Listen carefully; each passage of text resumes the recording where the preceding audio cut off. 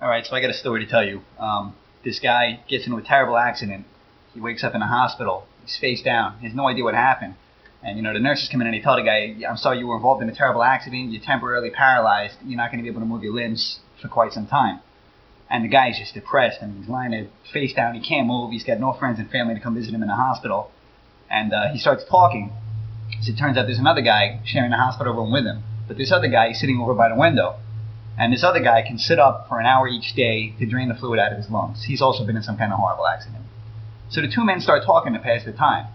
And the guy who's at the window starts telling his roommate all the beautiful things that he could see outside the window. As luck would have it, the window overlooks this beautiful park. It's got a lake, and there's like swans and ducks playing in there, and children run around with balloons.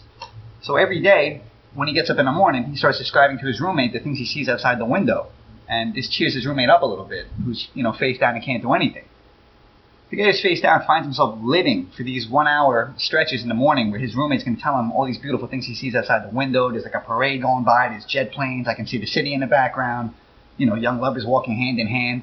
And it really gives him hope. It kind of keeps him going, One morning, the face down guy wakes up and he calls out to his roommate. He doesn't hear anything. So he gets kind of worried. He starts buzzing for the nurses. The nurses run in. And they find out that the guy by the window died sometime during the night. He's dead. He's gone. So they cart the body out of there. And then the face-down guy is depressed, but in a couple days his body starts to heal up, and they're able to flip him over onto his back. So the first thing he does is he asks if he can have the bed over by the window so that he can see what's outside. The nurses say sure. So they move him over to the bed. The first thing he does is have the nurse open the blind, and then he looks outside the window, and he sees this brick wall. And he's like, oh, for Christ's sake, what, they just put this brick wall up? And the nurse is like, no, what are you talking about? The nurse says, I've been working at this hospital 20 years. That brick wall has been there the whole time.